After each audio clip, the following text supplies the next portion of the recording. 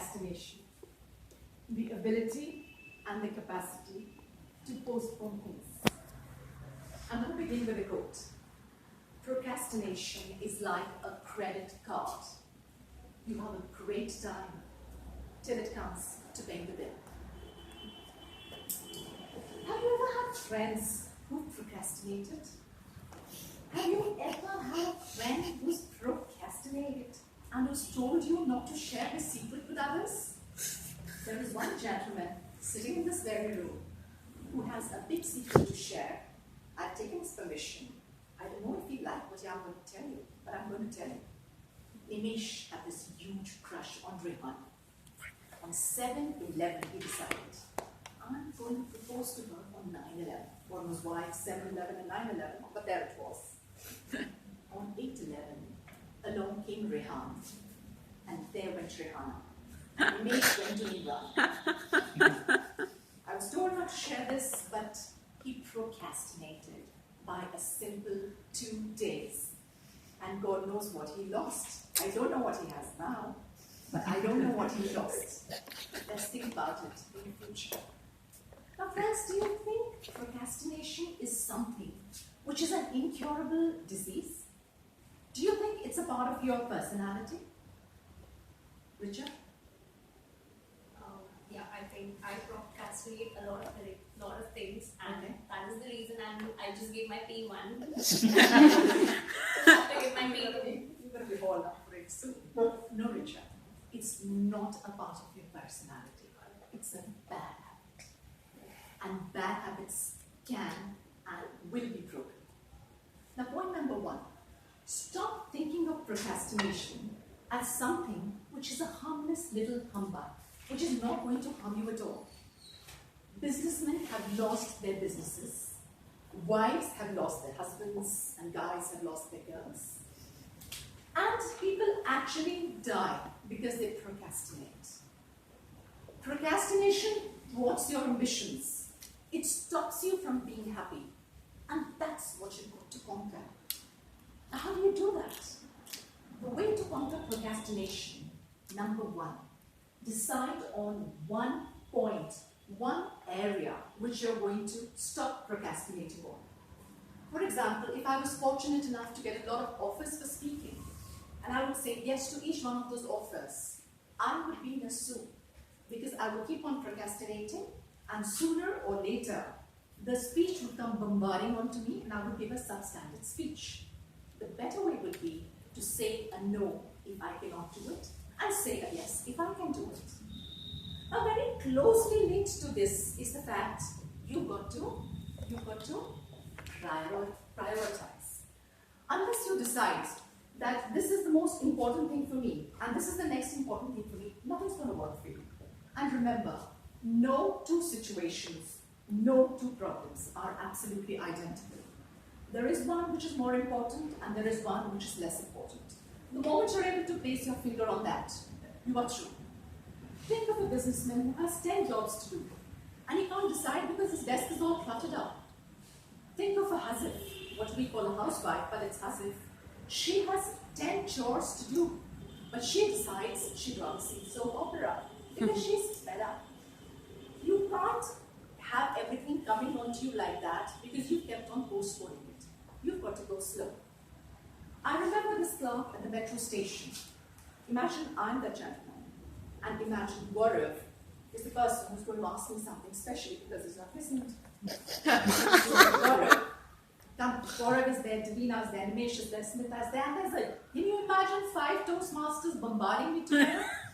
How do I get out of it? I look at the first person straight in the eye. I ask him, what is it that you want me to do? He answers me. I analyze that. I finish completing it despite the fact that she's hammering me well and good to shut up. I don't do that. I finish his problem and then I switch on to Smita. And that's how I handle things one at a time. That's a compliment I gave the guy at the central station. I told him it's beautiful the way you can handle these kind of things. He says, I go mad otherwise. You have nothing to do. Then, can you think of anything else we can do? 1. Set deadlines. And don't set personal deadlines. Tell your mother-in-law if you're fortunate enough to have one. Tell your boyfriend, tell your girlfriend, tell your mom. Make them public deadlines so that if you cross the deadlines, there is somebody who is there to help you out. And that's how you're going to progress and not procrastinate. Then, what else can you do? The toughest jobs are the worst to do. Don't duck the tough jobs. Take the toughest job, hands-on, handle it, and believe me, the jobs which come afterwards will be absolutely easy to handle. Let me give you an example. There was this lady, she was a writer, and she used to get a sack full of letters.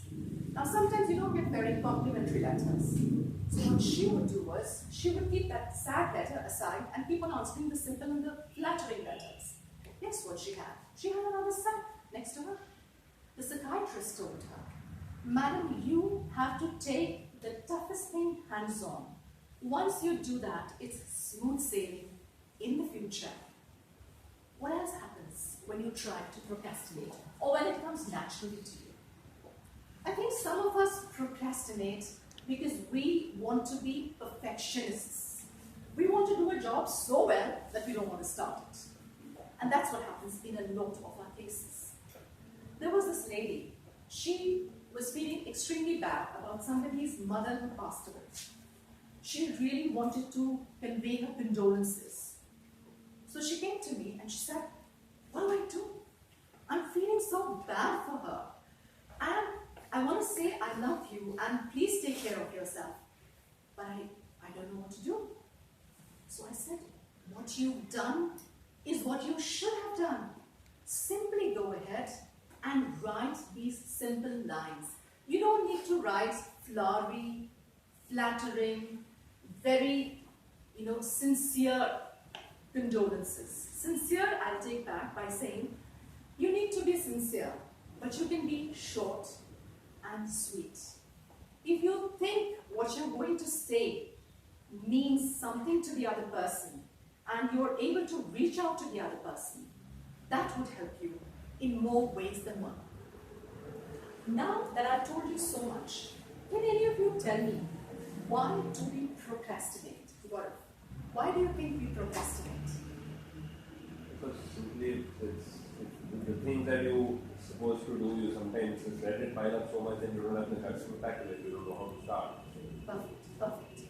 Would you interpret that to mean a slight lack of discipline? Yes, and a lack of courage to some extent. If you analyze any problem, take any problem that all of us have procrastinated on, you will realize the basic problem we have is a lack of discipline. And discipline comes by doing. Do it. Number 2. After all the number 2s are given you. Procrastination will not bring you perfection. Make small goals. If you're able to overcome your itches and reach that goal, you've done something. Slide back, it's like dieting. You diet today, fine. You lose a couple of kgs, you slide back, again you work on it. You heard of Robert Spruce and the spider. The spider went up. I don't know what happened, he came down. He tried to keep on forming a web. He was unable to do that. But he kept on trying, and sooner than later, he was able to do that. And this gentleman, Robert Spruce, actually learned his lesson from him. After giving you so much knowledge, I wanted to use the Hindi version, but I'm not allowed to. So after giving you so much knowledge on this killer instinct that we have, which we call procrastination, I can sum up the entire speech in one line.